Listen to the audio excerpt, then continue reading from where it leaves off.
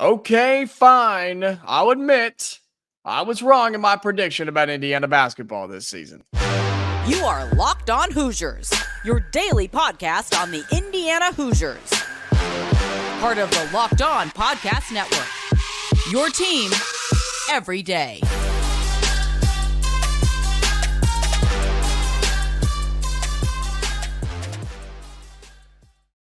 Welcome into this, the Locked On Hoosiers podcast. I'm your man, Jacob Goins. I appreciate you being here, making this your first listen each and every day. We are a part of the Locked On Podcast Network, which is your team every day. Today's episode is brought to you by Nissan. Are you the kind of driver that likes to push things a little bit further? Ever wonder what adventure could be around the next corner? Take the Nissan Rogue, Nissan Pathfinder, or Nissan Armada and go find your next big adventure. Check them all out today at NissanUSA.com. Thank you so much for being here, making this your go-to spot for all things Indiana athletics and news. If you are new here, like the video on YouTube, subscribe to the channel. We're making a push to 2,000 subscribers, folks, and you can be a part of that. If you're on the audio platform, we are free and available each and every time, never behind a paywall, wherever you get your podcast.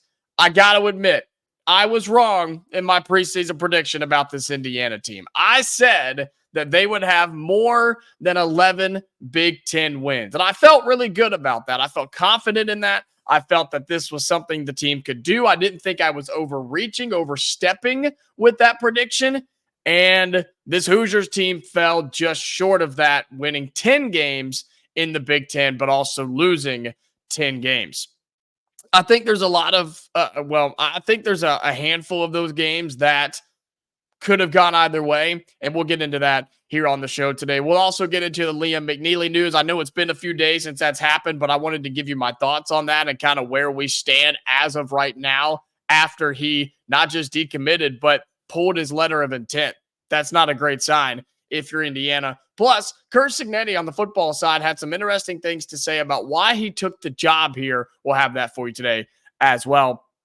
I said back in the beginning of the season that I thought Indiana, this basketball team, could get more than 11 Big Ten wins. And look, this team started off in a good spot, right? You beat Maryland, went on the road and beat Michigan. Maryland's not a bad team. I think we found that out. I don't think they're a bad team by any means. They're bottom three of the Big Ten, but I think they're better than their 7-13 in the conference record shows.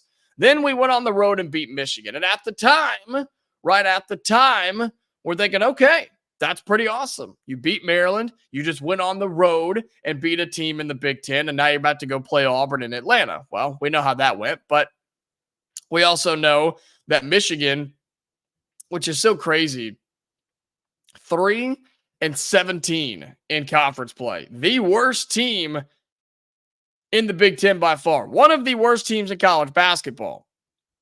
But, hey, we started off 2-0 or 2-0 and got off to a good start. Then you went through the rough patch of Auburn, Kansas. You got your last few non-conference wins. Then you got back into Big Ten play.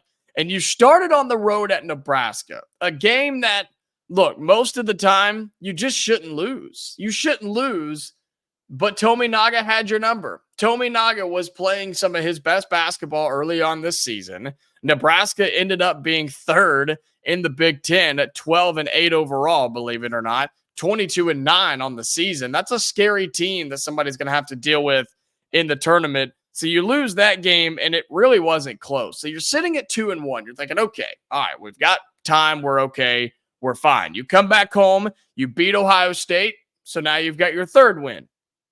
Then you go, and it starts to get ugly, right? You go on the road, and you lose to Rutgers, a team that finished second to last in the Big Ten. I don't like that. Those are games you have to win as an Indiana program, as a head coach like Mike Woodson. You have to win games at Rutgers, at the second worst team in the Big Ten. You come home and beat Minnesota. Okay. Then you went through the tough stretch of top 15 teams of Purdue, Wisconsin, Illinois. I wanted us to win one of those games. I was hoping we would pull at least one. That would have given us our best win of the season. It would have given us a resume-building win, a tournament-style win, and possibly a win over your rival in Purdue, especially when it was here in Bloomington at our place. So you didn't get those, and that really hurt. That really, really hurt. And what's unfortunate is I think you played well enough in the Illinois game to get a win. You lost 70-62. The Purdue game, you were never winning that.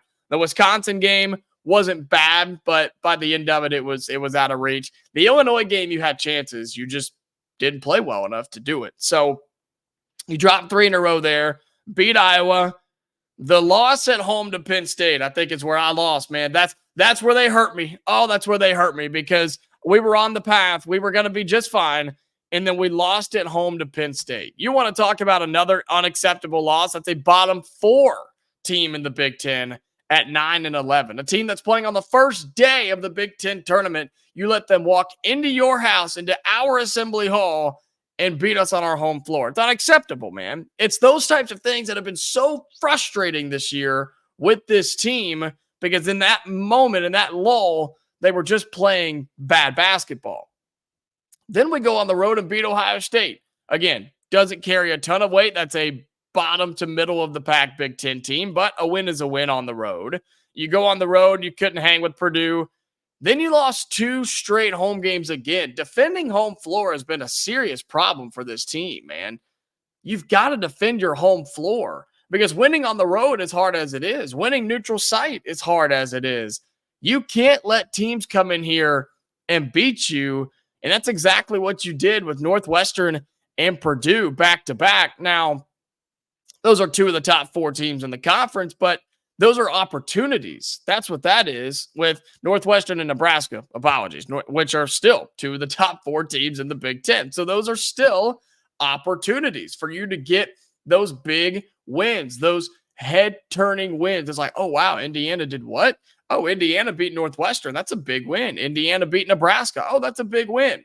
But that didn't happen. And that was in the midst of a 4-game losing streak, because then you go on the road and you lose to Penn State again. Getting swept by Penn State is not okay. That's not cool. That doesn't happen for us. And it's just frustrating, man. So then, out of nowhere, we turn it around and win 4 games in a row to end the regular season. Wisconsin, Maryland, Minnesota, and Michigan State. That's a decent run to end the year. So if you avoid a 3-game losing streak in the middle, a 4-game losing streak in the middle, I would have been right. I would have been right saying we should have won more than 11 games in the Big Ten. And I think this team is better than their record shows in the Big Ten at 10-10. I think they're better than their 18-13 record shows overall. We just haven't gotten that level of play all season long. What happens if you were to move that 4-game losing streak of at Purdue, home for Northwestern, home for Nebraska, at Penn State? What if you were to move that to the bottom of the schedule and we'd be playing that right now? How would you feel about that? We're on a 4-game win streak. We're about to go at Purdue, home for Northwestern, home for Nebraska, and at Penn State to end the regular season. I think we'd win 3 out of 4. I really do. 2 out of 4 minimum on those games, but possibly 3 out of 4. Then you'd really be talking, that's what a good basketball team would look like. We can't do that. So what we're hoping is you carry that into the Big Ten tournament and hope for the best. But I was wrong. I know. It's okay. It doesn't happen often. I'm just kidding. I was wrong, but I still think this team's better than their record shows. I really do. And it's unfortunate because this season, we've said this numerous times, it just didn't go the way we wanted it to go, but it is what it is. Indiana has 10 wins in the regular season. Looking ahead to the Big Ten tournament. Well, we're going to talk about Liam McNeeley decommitting from Indiana. What does that mean? Where do we stand? How are the fans feeling now that it's been a few days? It's been a little bit, kind of let this breathe. We'll talk about that coming up on Locked on Hoosiers. Today's episode of Locked on Hoosiers is brought to you by Nissan. Are you the kind of driver that likes to push things a little further? Ever wonder what adventure could be around the next corner? Our friends at Nissan have a lineup of SUVs with the capabilities to take your adventure to the next level. The 2024 Nissan Rogue is perfect for city drives and great escapes. Class exclusive Google built-in is your always updating assistant to call on for almost anything. Gone are the days of connecting your phone. Google Assistant, Google Maps, and Google Play Store are built right into the 12.3-inch HD touchscreen infotainment system. A 2024 Rogue is the perfect midsize crossover for your next adventure. The 2024 Nissan Pathfinder has room up to 8 people, an expansive cargo capacity, and advanced available 4x4 capability. With 284 horsepower and up to 6,000 pounds of towing, when adventure calls, the Pathfinder is there to answer. Take the Nissan Rogue, Nissan Pathfinder, or Nissan Armada and go find your next big adventure. Shop NissanUSA.com. Welcome back into Locked On Hoosiers. Appreciate you being here, making this your first listen each and every day. Reminder, we are free and available wherever you get your podcast, video, audio, doesn't matter. You never got to pay to hear us each and every day. Liam McNeeley, the lone signee for 2024 for this Indiana squad, not only decommitted, pulled his letter of intent. He had signed and requested to have it pulled. Not a great sign. And I know that it's been a few days and we have yet to have a comment here on the show. And I really just needed some time to think about this and really digest it and understand what this says and what this means. On the forefront, it's not good, obviously. It's not good that, A, we only had one big-time recruit coming in for 2024, only one recruit coming in for 2024. But we were thinking, okay, he is signed, he's coming, it's going to be okay. We'll get it figured out. We'll get some guys through the portal. We'll hit 2025 real hard. Everything's going to be fine. Well, when a guy is pulling his letter of intent and pulling that out and saying, hey, can I request to have that ripped up? Yeah, that's not great. And it happened right there when the reports came out that Mike Woodson was coming back as the head coach, which is really odd to me because Mike Woodson was here while he was recruited and while he was committed and while he signed. So all of that is just really fishy to me. Look, Liam McNeeley is a guy that he could go play just about anywhere in the country. And he already is getting the attention of some of the biggest programs in the world. And so Indiana losing him really does hurt. It hurts from a standpoint of, wow, Indiana just went through this whole coaching debacle where they had to come out and defend their own head coach and say that he's coming back. Then in the same time period, you lose your one and only big-time recruit. And thank goodness we're winning games down the stretch to make us feel a little bit better, because right now people are kind of turning heads at us and saying, what in the world's going on in Bloomington? And rightfully so, right? Rightfully so. And like, man, what is going on over there in Bloomington? What's going on with that basketball program that used to be so prestigious, trying to keep their head coach and can't keep recruits? I mean, it's baffling to me what's happening here. But Liam McNeeley decides that he has the 5-star recruit. He requested a release from his national letter of intent, and he is reopening his recruitment. Does that mean he can't come back? No, but if you commit somewhere and you sign somewhere and you rip it up, I don't think you're coming back. So don't get your hopes up on that one, Hoosiers fans. But this is not good. This is not a great start to the new season or this new era, whatever the heck you want to call it, of Mike Woodson coming back as the Indiana head coach. I don't know how he's going to fix it. I really don't. Because the season's still going on and the 2024 class is done. I mean, you're pretty much wrapped up on that. So you've got to go hit the portal extremely hard, and you better make up for it in 2025 and 2026, because if you don't, Mike Woodson's in trouble. He's in trouble. And we already know he's in trouble because this season was terrible compared to what it should have been. We just talked about what the expectations were and how we didn't hit those. And I thought I set lower expectations and we still didn't hit them. So from a recruiting standpoint, this is not good because college basketball is getting better as a whole. The Big Ten maybe didn't perform well this year, but college basketball as a whole is getting a lot better. And some of these big recruits are deciding to go play at smaller schools because they're getting paid, and then they'll come to bigger schools like Indiana or Michigan State or whoever. You've got to fight to go get the best recruits today.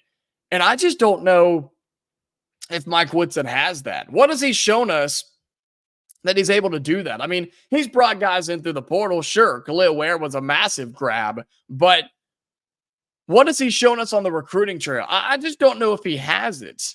anymore. And I don't know if he ever did, to be completely honest with you. I've said this numerous times. He's an old school coach, and the game is passing those guys by. It's passing by the old school coach. What can Mike Woodson say right now when he sits down in the living room of a top recruit? What's his pitch? What can he say?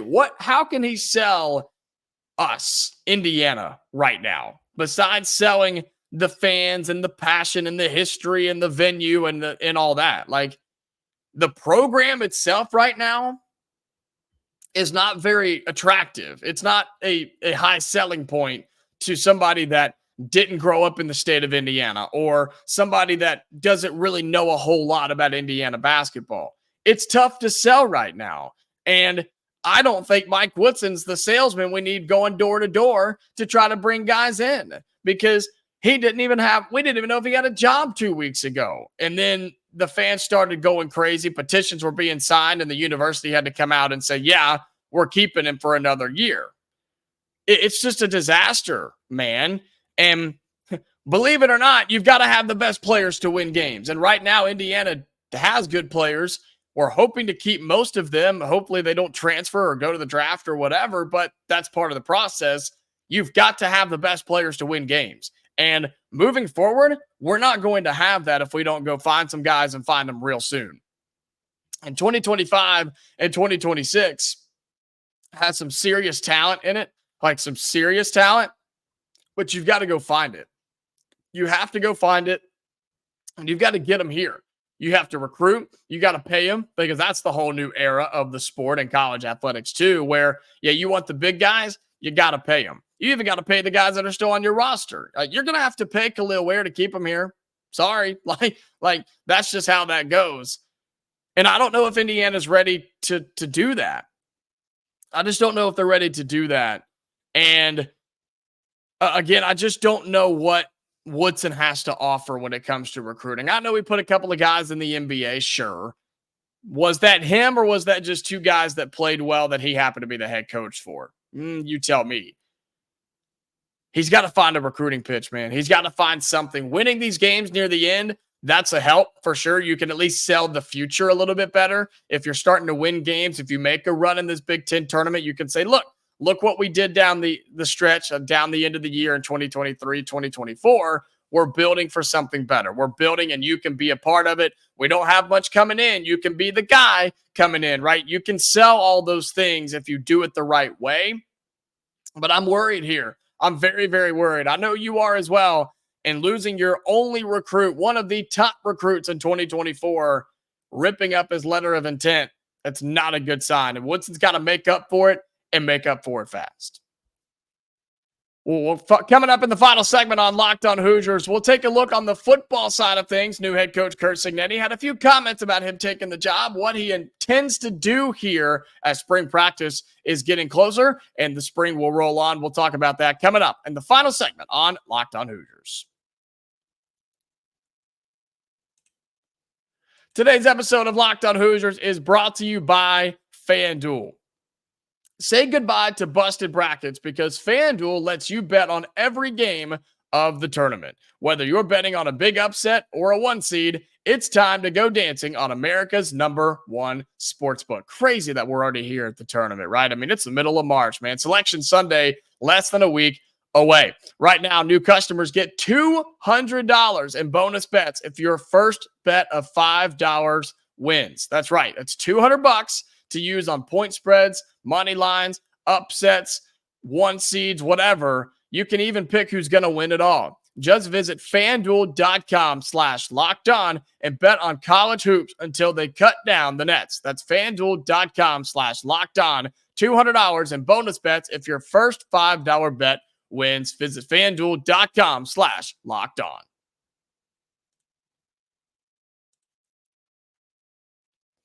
Final segment here on Locked On Hoosiers. Again, appreciate you being here. If you're on YouTube, like the video, subscribe to the channel. Helps us grow. We are pushing towards 2,000 subscribers. If you haven't helped us out, why not? Why not help us out? We're at 1,870. Yes, we are growing like crazy. So thank you so much for that.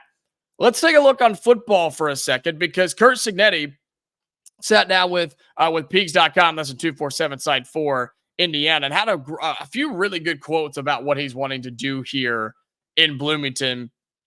He said, look, he was talking about that when he came in. He said it was very easy, smooth conversation with Indiana. He said they were committed. They realized the environment around the NCAA had changed. They wanted to get it going. They needed to get it going. So he understood that Indiana was in trouble on the football side of things. He understood that we needed some help. And it sounds like from his comments that Indiana was ready to get some help. Look, it hasn't been good. It hasn't been good. We know that. And they were ready to make a change. They were ready to make the proper changes to be better because the Big Ten is rapidly changing. College football is rapidly changing. And if we're not careful, we're going to get left behind in the dust. And I think everybody realized that. He said, talking NIL, then he said that was done previous and what the pledge would be when I was hired. He said, we've busted way beyond that number since I've been here. It's all about NIL right now. Listen to that again. It's all about NIL right now because that's where the game is. That's where college athletics is. We just talked about it in basketball. Football's even worse. You have to pay these kids hundreds of thousands of dollars, if not millions of dollars, if they're the big time recruits, to come in and play for a year or two, and then they could leave. They could go to the draft. They could go to a different school. They could get hurt. They could not play. They could suck. Like there's so many different factors here that are scary for coaches like Curt Cignetti.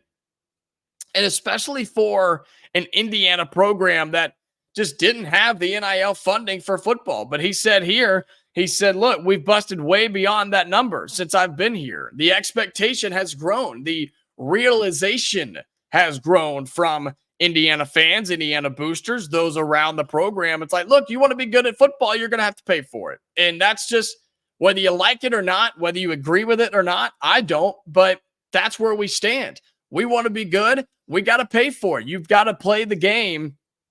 And I think Indiana's trying to do that. Well, he talked about the process of taking this job, moving from James Madison to Indiana. He says, being a coach's kid, this has sort of been my deal all my life. I knew a lot about Indiana, and you know what jobs could possibly open up and all that. There were good people sniffing. There were people sniffing around, obviously, because of our success every year. I was very, very happy there. It was a hard decision, but I had to make a quick decision. And that's how this all works. We all know that. It's you get the call. It's like, hey, you in or not? Are you in or not? And you got to get here if you are, because we got work to do. And it seems like that he has taken on that job really, really well. He was asked, this is a really good question. He was asked that if Indiana has everything it needs to be a winning football program. And here's what he had to say. He said, quote, it's a state university with 48,000 students here. I mean, why not? Why shouldn't they? They should. It's just strictly a matter of committing and wanting to do it. We're going to win. There is no reason we shouldn't win. We're going to win in year one. We flipped the roster in December, and we're going to look different, and the brand is going to be different. But you've got to do it on the field. You hear a lot of coaches say this. You really do. You hear a lot of them say this. Well, we're going to win. We're going to win now. We're going to make changes, and we're going to make it our way. Why can't it be us? But I think he's right here. I think he's right. Indiana can be a winning program. Are we going to go and win national championships every year? No, probably not. But with the changing landscape of the sport, with the playoff expanding, it's going to keep expanding. We have better chances to be there and make an impact. And you bring in a guy that understands what it takes to win. That's all he's ever done is win. He flipped the roster, like you said, setting expectations. They're going to get the fans to buy in, the students to buy in, and the money to buy in, no pun intended. He knows what it takes to be a winning program, and he's going to try and implement that here in Bloomington. It's going to take some time. It's going to take some time to do that. He knows that, but he also thinks that they can win right now, and that would be exciting in a much different looking Big Ten, right? An somewhat situational and I guess favorable schedule to start in 2024. It's crazy. We're talking about football season, but spring practice is here. We're talking about that. Summer will be here. Fall practice will be here. And then the start of the year. So look, I'm excited. I think Curt Cignetti is saying all the right things. I think he's doing the right things so far. We just got to see it. But as he said in the final one, but you've got to do it on the field. That's what it comes down to. You've got to get the results on the field. You've got to do the things the right way, and you've got to get the results, because you can talk all you want, but if you don't win ball games, yeah, you're in trouble. That's going to do it for today's episode of Locked On Hoosiers. Appreciate you being here. We'll start previewing the Big Ten tournament, reacting. I'll make my entire prediction. Let's fill out a bracket together, why don't we, for the Big Ten tournament. We'll do that on tomorrow's show. Until then, Hoosier fans, stay safe, and I'll talk to you later.